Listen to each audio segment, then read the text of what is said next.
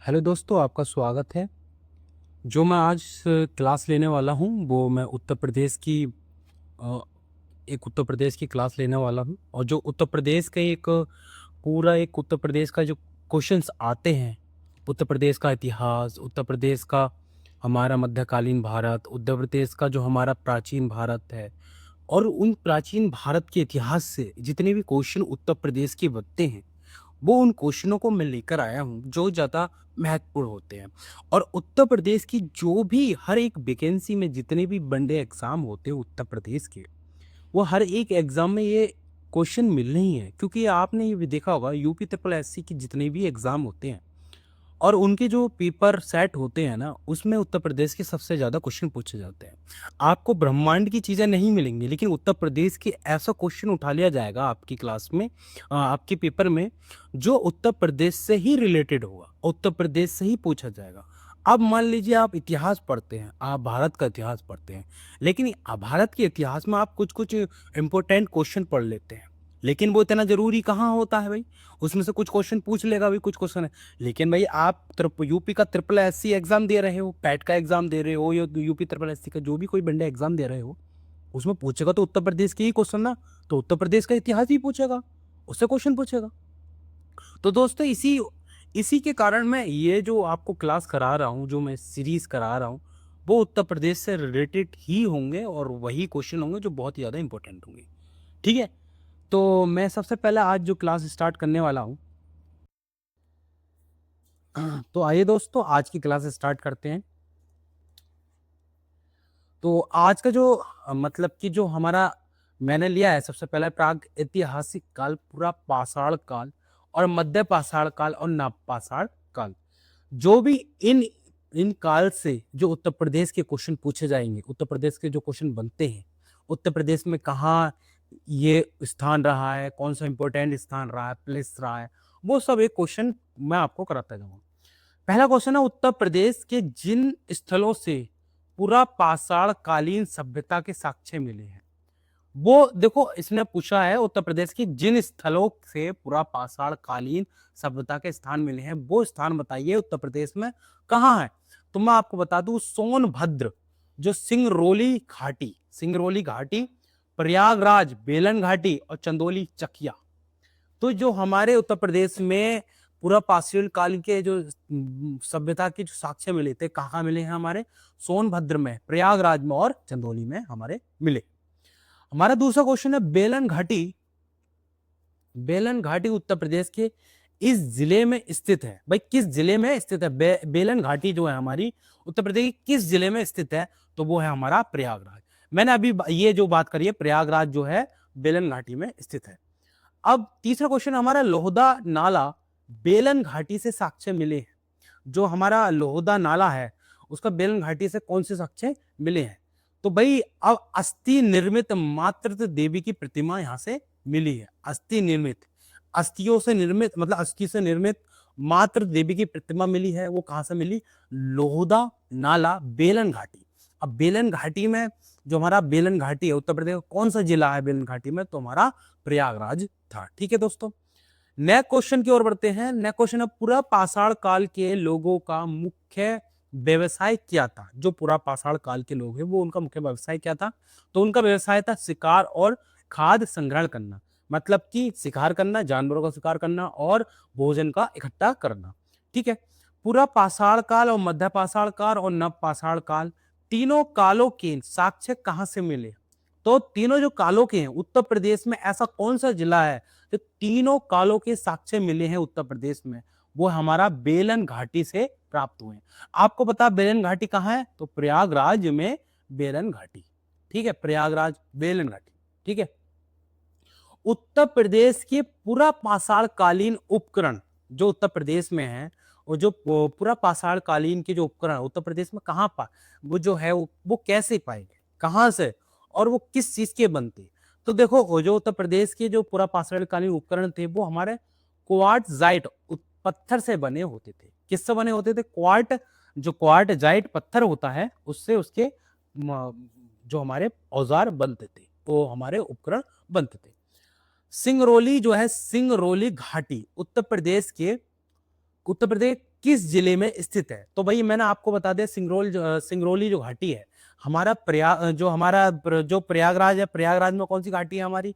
तो हमारी बेलन घाटी है। ठीक है, बेलन घाटी है। लेकिन जो सिंगरौली घाटी है उत्तर प्रदेश के सोनभद्र जिले में स्थित है। कौन से जिले में? सोनभद्र जिले में। पूरा पाषाण कालीन मानव के औजार, हस्त कुठार और खंडक थी। कैसे थे? जो मतलब हाथों के, और हाथ से हैंड एक्सेस मतलब कि कुल्हाड़ी वगैरह इस तरीके के औजार हुआ करती थी। चकिया पुरास्थल, चकिया पुरास्थल उत्तर प्रदेश के जो है कौन से जिले में स्थित है? तो चंदौली में स्थित है। किसमें? चंदौली में स्थित है। लोधा नाला हिस्सा उत्तर प्रदेश के किस जिले में स्थित है? तो बेलन घाटी जिले में, बेलन घाटी में स्थित है। और बेलन घाटी किस जिले में स्थित है? वो हमारा प्रयागराज में स्थित है। प्रयागराज में ये स्थित है। नेक्स्ट क्वेश्चन की ओर बढ़ते हैं। नेक्स्ट क्वेश्चन हमारा, उत्तर प्रदेश में उत्तर प्रदेश में 15 मानव समाधान मिले हैं। उत्तर प्रदेश में कितने मानव समाधान मिले हैं? तो 15 मिले हैं। और कहां मिले हैं? सराय नाहर राय में। कहां? सराय नाहर राय में। ठीक है, सराय नाहर राय स्थित कहां है? मतलब सराय नाहर कहां पर है? तो हमारा प्रतापगढ़ जिले में। सराय नाहर में हमारा क्या मिला है? जो 15 मानव समाधान मिले हैं। कहां मिले हैं? सराय नाहर राय में मिले हैं। और जो सराय नाहर है वो कहां स्थित है? वो हमारा प्रतापगढ़ जिले में स्थित है। सराय नाहर राय में सबों का सिर रखा गया है। सबों का मतलब सबों का सिर रखा गया है, जो कि पश्चिम दिशा की ओर है। ठीक है। और दमदमा पुरास्थल प्रतापगढ़ जिले में स्थित है। कौन सा? दमदमा पुरास्थल। दमदमा पुरास्थल से 41 मानव समाधान प्राप्त हुए हैं। मध्य पाषाण स्थल महदहा प्रतापगढ़ जिले में स्थित है। कौन से जिले में स्थित है? प्रतापगढ़ जिले में स्थित है। और दमदमा पुरास्थल कहां स्थित है? प्रतापगढ़ जिले में स्थित है। सराय नाहर कौन से जिले में स्थित है? प्रतापगढ़ जिले में स्थित है। दमदमा स्थल प्रतापगढ़ जिले में। और हमारा मध्य पाषाण स्थल महदहा प्रतापगढ़ जिले में स्थित है। मृग श्रृंग मतलब कि हिरण के सींग और हड्डी के आभूषण उत्तर प्रदेश के कहां से प्राप्त हुए हैं? तो महदहा से प्राप्त हुए हैं। महदहा कहां, कौन सी जिले में है? प्रतापगढ़ जिले में स्थित है। चौपानी मांडो पुरास्थल, चौपानी मांडो पुरास्थल प्राप्त हुआ है। कहां से, कहां पर प्राप्त हुआ है? वो हमारा प्रयागराज जिले में स्थित है। ठीक है, चौपानी मांडो पुरास्थल जो है हमारे एक जो था चौपानी मांडो पुरास्थल हुआ करता था, वो कहां पाया गया है? वो हमारा प्रयागराज जिले में स्थित है। ठीक है। मिट्टी के बर्तनों के प्राचीनतम साक्ष्य उत्तर प्रदेश की कहां प्राप्त हुए? उत्तर प्रदेश में कहां प्राप्त हुए हैं? तो चौपानी मांडो में, मतलब कि प्रयागराज जिले में। प्रयागराज जिले में। ठीक है, कहां? प्रयागराज जिले में। मध्य पाषाण काल के छोटे और पत्थर के औजारों को माइक्रोक्रोलिथ कहा जाता है। माइक्रोलिथ कहा जाता है, जो मध्य पाषाण काल है। अब मध्य पाषाण काल में क्या होते थे? छोटे पत्थरों के औजार बनाए जाते थे, तो उन औजारों को हम क्या कहते थे? माइक्रोलिथ कहा जाता था। क्या कहा जाता था? माइक्रोलिथ कहा जाता था। नेक्स्ट, उत्तर प्रदेश में मध्य पाषाण कालीन बस्तियों के साक्ष्य कहां से प्राप्त हुए हैं? तो जो हमारे उत्तर प्रदेश है उसमें मध्य पाषाण कालीन की जो बस्तियां थी वो कौन से जिलों में कहां से पाई गई हैं? तो वो मिर्जापुर और प्रतापगढ़ क्षेत्र से मिली हैं। क्या मिली हैं? मध्य पाषाण कालीन बस्तियां। उत्तर प्रदेश में जिस स्थल से युद्ध व हिंसा के प्राचीनतम साक्ष्य मिले हैं वो कहां से मिले हैं? तो वो सराय नाहर राय से मिले हैं। अब सराय नाहर राय कहां है? प्रतापगढ़ जिले में स्थित है। विश्व में चावल की खेती के प्राचीनतम साक्ष्य कहां से मिले हैं? जो विश्व में जो सबसे पहले जो है चावल की खेती के प्राचीनतम साक्ष्य मिले हैं वो कहां से मिले हैं? लहुरा देव संत कबीर नगर से प्राप्त हुए हैं। कौन से? संत कबीर नगर जो है हमारा लहुरा देव संत कबीर देव नगर से प्राप्त हुए हैं। अब लहुरा देव से प्राप्त चावल के साक्ष्य हैं जो लगभग 8000 से 9000 ईसा पूर्व के। अब जो भाई लहुरा देव में जो कि संत कबीर नगर से जो हमारे चावल के साक्ष्य प्राप्त हुए हैं वो कितने पुराने हैं? वो हमारे 8000 से 9000 ईसा पूर्व के हैं। ठीक है, अब नव पाषाण कालीन पुरास्थल कोल्डी हवा, जो हमारा नव पाषाण कालीन पुरास्थल है कोल्डी हवा। अब कोल्डी हवा का आपने बहुत कुछ सुना होगा, तो अब जो हमारा कोल्डी हवा नव पाषाण कालीन पुरास्थल है वो कहाँ है, तो बेलन घाटी, मतलब कि बेलन घाटी कहाँ है, प्रयागराज में स्थित है। ठीक है, तो नव पाषाण कालीन कहाँ से मिले हैं, हमारे प्रयागराज में मिलते हैं। कोल्डी हवा से मिले दाने, जो अब कोल्डी हवा में हमें दाने मिले, तो वो किसके दाने मिले हैं, तो किसके दाने मिले हैं, धान के, चावल के। ठीक है, किसके मिले हैं, धान के, चावल के जो दाने मिले हैं, चावल के दाने मिले हैं। ठीक है, अब महागढ़ा नव पाषाण स्थल है, महागढ़ा नव पाषाण स्थल है हमारा उत्तर प्रदेश के प्रयागराज में। कहा, उत्तर प्रदेश के प्रयागराज में। महागढ़ा से प्राप्त विशेष क्या प्राप्त हुए, क्या प्राप्त हुए महागढ़ा से विशेष प्राप्त विशेष,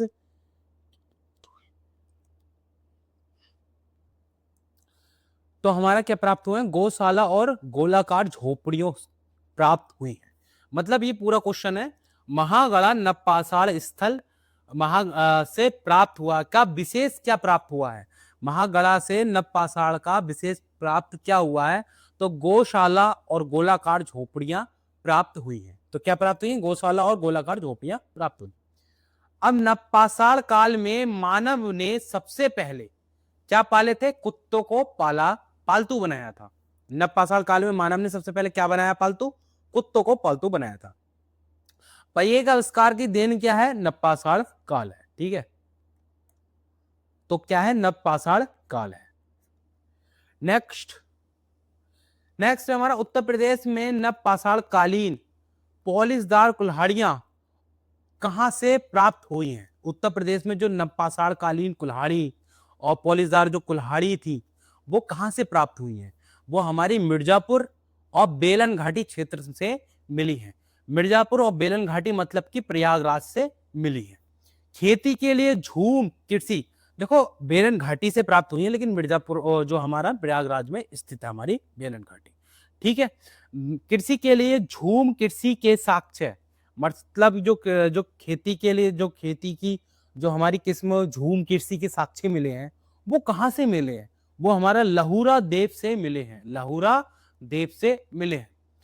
उत्तर प्रदेश में सेल चित्रों के प्रसिद्ध क्षेत्र, उत्तर प्रदेश में सेल चित्रों के प्रसिद्ध क्षेत्र मिर्जापुर और सोनभद्र के कैमूर क्षेत्र हैं। कौन से क्षेत्र हैं, मिर्जापुर और सोनभद्र के कैमूर क्षेत्र हैं। ठीक है, सेल चित्रों के प्रसिद्ध क्षेत्र यहां से मिले, मिर्जापुर और सोनभद्र के कैमूर क्षेत्र। अब लिखुनिया गुफा जो है, लिखुनिया गुफा उत्तर प्रदेश के किस जिले में स्थित है, तो मिर्जापुर जिले में स्थित है। कौन सी लिखुनिया गुफा, अब मिर्जापुर की गुफा में चित्रों के लिए मुख्य रूप से गेरुआ लाल रंग का प्रयोग हुआ था। किस रंग का प्रयोग हुआ था, मिर्जापुर की गुफा में, मिर्जापुर की गुफा में। अब मिर्जापुर की गुफा कौन सी है, लिखनुआ गुफा। तो भाई लिखनुआ गुफा में चित्रों के लिए मुख्य रूप से कौन सा रंग प्राप्त हुआ है, तो भैया गेरुआ रंग से जो है इसमें चित्रकारी की गई।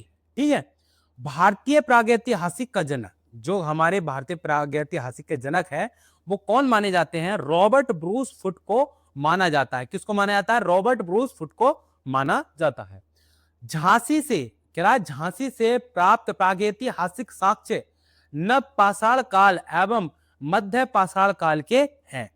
अब देखो भाई झांसी कह रहा हूं, हाँ मतलब कि ये जो है इसने झुंसी कर दिया, झांसी है ये दोस्तों, ये है झुंसी है, झांसी नहीं है, झुंसी। झुंसी मतलब कि ये प्रयागराज में झुंसी पड़ता है और इससे प्राप्त प्रागैतिहासिक साक्ष्य नव पाषाण काल और मध्य पाषाण काल के मिलते हैं। ठीक है, कृषि की शुरुआत हमारी कहां से हुई है, तो नव पाषाण काल से हुई है। कौन से काल से हुई है, नव पाषाण काल से कृषि की शुरुआत की गई है। ठीक है, उत्तर प्रदेश में सर्वाधिक सेल चित्र कहां से प्राप्त हुए हैं, तो भैया मिर्जापुर से प्राप्त हुए हैं। अब भाई अब मैं आपको बता दूं, जो हमारी मिर्जापुर में एक लिखनुआ गुफा है, ठीक है, तो वहां पर इसकी चित्रकारी सबसे ज्यादा देखी गई थी, सेल चित्रों की। ठीक है, उत्तर प्रदेश में मध्य पाषाण कालीन समाधानों के लिए प्रतापगढ़ जिला प्रसिद्ध है। यह भी आपको मैंने पहले भी क्वेश्चन करा दिया है। नेक्स्ट, पूरा पाषाण कालीन मानव, पूरा पाषाण कालीन जो मानव था, मानव पूरी तरह प्रकृति पर निर्भर था। ठीक है, जो पूरा पाषाण कालीन का जो मानव था पूरी तरीके से प्रकृति पर निर्भर था। वो न तो स्वयं कुछ कर सकता था, न स्वयं खाना बना सकता था, न कुछ शिकार कर सकता था। मतलब कि एक पूरी तरीके से मतलब कि शिकार करके खाना नहीं पका सकता था, न कोई काम करता था, न कोई कृषि करता था, न कोई किसी प्रकार की कोई क्रिया नहीं करता था। वो पूरी तरीके से प्रकृति पर निर्भर था। फल मिल गया खा लिया, कोई शिकार कर लिया, ये इस तरीके से कुछ ना कुछ। अब शिकार करने के लिए औजार की जरूरत थी, लेकिन पूरा पाषाण कालीन में इतना उपलब्ध चीजें नहीं थी, लेकिन उसको पूरी तरीके से प्रकृति में जो चीजें खाने की उपलब्ध होती थी वो खा लिया करता था। नेक्स्ट, हड्डियों के औजार का प्रयोग उच्च पूरा पाषाण काल में शुरू हुआ था। अब देखो भाई, मानव है, अब मानव पूरा पाषाण कालीन में प्रकृति पर निर्भर था, फल मिल गया कुछ भी मिल गया खाने का वो खा लेता था। लेकिन अब क्या हुआ, पूरा पाषाण कालीन में उसने हड्डियों के औजार बना लिए। अब हड्डियों औजार बना लिए तो उसने शिकार करना चालू कर दिया। ठीक है, बेलन घाटी के जमावों का अध्ययन किया गया 11 स्तरों में बांटकर। कितने? 11 स्तरों में बांटकर बेलन घाटी के जमावों का अध्ययन किया गया। जो बेलन घाटी में जिस प्रकार के साक्ष्य मिले, कुछ भी मिला, किसी भी चीज की मिले, तो उसका जो अध्ययन किया गया 11 स्तरों में बांटकर किया गया। नव पाषाण कालीन मिट्टी के बर्तनों के साक्ष्य जो प्राप्त हुए हैं वो कहां से मिली हैं? पछो, मतलब कि प्रयागराज से। इंपॉर्टेंट सिर्फ प्रयागराज नाम रखो। ये कुछ ज्यादातर ऐसे क्वेश्चन में हैं जो ऐसे अटपटे नाम मिलेंगे, वो ज्यादा ध्यान नहीं देना हो। कुछ होंगे अटपटे जो मजबूरन याद रखने होंगे, लेकिन जैसे कि अब पंचों है, अब हमें पता प्रयागराज है, बस प्रयागराज नाम याद रखो। तो भाई नव पाषाण कालीन, अब आपसे पूछ रहे हैं नव पाषाण कालीन मिट्टी के बर्तनों के साक्ष्य उत्तर प्रदेश में कहां से मिले? तो भाई प्रयागराज में मिले। फिर मगड़ा, मगड़ा जो है, मगड़ा हमारे प्रयागराज में पड़ता है। तो मगड़ा नामक नव पाषाण काल स्थल स्थित है कहां भाई? प्रयागराज में। कौन सी घाटी पड़ती है भाई? बेलन नदी पड़ती है, बेलन नदी के किनारे, बेलन नदी घाटी के। बस बात खत्म। नव पाषाण काल के औजार घिसे हुए और चमकदार होते थे। नव पाषाण काल का सबसे प्रमुख पत्थर का औजार सेल्ट, जो एक प्रकार की कुल्हाड़ी था, सेल्ट था।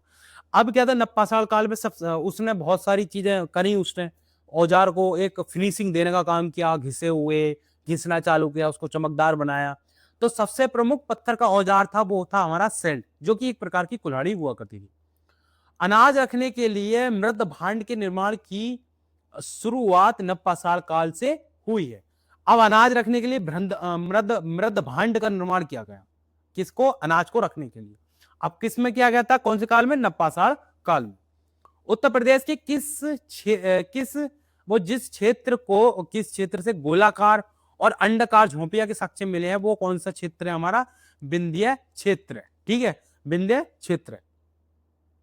नेक्स्ट क्वेश्चन की ओर बढ़ते हैं। नेक्स्ट क्वेश्चन हमारा बेलन घाटी का महत्व। जो बेलन घाटी है उसका महत्व। यह क्षेत्र पूरा पाषाण काल, मध्य पाषाण काल और नव पाषाण काल तीनों का संगम है। जो हमारी बेलन घाटी है प्रयागराज में पड़ती है, वो हमारा पूरा पाषाण काल, मध्य पाषाण काल और नव पाषाण काल तीनों का संगम माना जाता है। नेक्स्ट क्वेश्चन की ओर बढ़ते हैं। नेक्स्ट क्वेश्चन है हमारा, आधुनिक मैपिंग के अनुसार उत्तर प्रदेश के नव पाषाणिक केंद्र कौन कौन से हैं? अब भाई नव पाषाण काल के जो केंद्र, मुख्य केंद्र रहे हैं वो कौन कौन से हैं? आधुनिक मैपिंग के अनुसार उत्तर प्रदेश की, इंपॉर्टेंट है, उत्तर प्रदेश के नव पाषाण कालीन कौन कौन से रहे? प्रयागराज, मिर्जापुर, सोनभद्र, बांदा और संत कबीर। ये जो हमारे हैं जिले, ये बहुत ही ज्यादा इंपॉर्टेंट रहे हैं नव पाषाण कालीन केंद्र के लिए, उत्तर प्रदेश के। ठीक है, अन्य नव पाषाण काल स्थलों से पाए जाने वाला अन्न है हमारा जौ और गेहूं। तो भैया नव पाषाण काल स्थलों में जो पाए जाने वाले अन्न हमारे चावल के अलावा जौ और गेहूं है। मिर्जापुर जिले की सिंगरौली घाटी में पाषाण कालीन उद्योगों की खोज जे कॉकबर्न ने की थी। जे कॉकबर्न ने की थी। किसने की थी उद्योग की खोज? जे कॉकबर्न ने की थी। सिंगरौली जो कि हमारे मिर्जापुर की जिले में घाटी है, सिंगरौली बेसिन का पुनः परीक्षण 1949 में पुरातात्विक प्रोफेसर F.E. जूनर के नेतृत्व में हुआ। ललितपुर जिला में एस्यूलियन संस्कृति के स्थलों की खोज बनारस हिंदू विश्वविद्यालय के शोधकर्ताओं ने की थी। किसकी? ललितपुर जिला में एस्यूलियन संस्कृति के स्थलों की खोज किसने की थी? विश्वविद्यालय, बनारस हिंदू विश्वविद्यालय के शोधकर्ता ने। भारत में सर्वप्रथम मध्य पाषाण कालीन स्थल की खोज 1867 से 1868 में विंध्य क्षेत्र में किसने की थी? ACL कार्लाइल ने की थी। प्रतापगढ़ में स्थित पुरातन स्थल सराय नहर की खोज किसने की थी? KC ओझा ने की थी। ठीक है, सराय नहर, राय और महादहा के उत्खनन का कार्य उत्खनन का कार्य किसने किया था? GR शर्मा के निर्देशन में शुरू हुआ था। और खोज किसने की थी? KS ओझा ने। किसकी? सराय नहर की खोज, सराय नहर और महादहा के उत्खनन की कार्य किया था GR शर्मा के निर्देशन। मधुमक्खी के छत्ते जैसी झोपड़ियों के साक्ष्य मिले जो हैं, मधुमक्खियों की जो आपने छत्ते देखे होंगे, उसके जो छत्तों की जो साक्ष्य मिले हैं झोपड़ियों के, वो कहां से मिले हैं? चौपानी मांडो से। चौपानी मांडो से।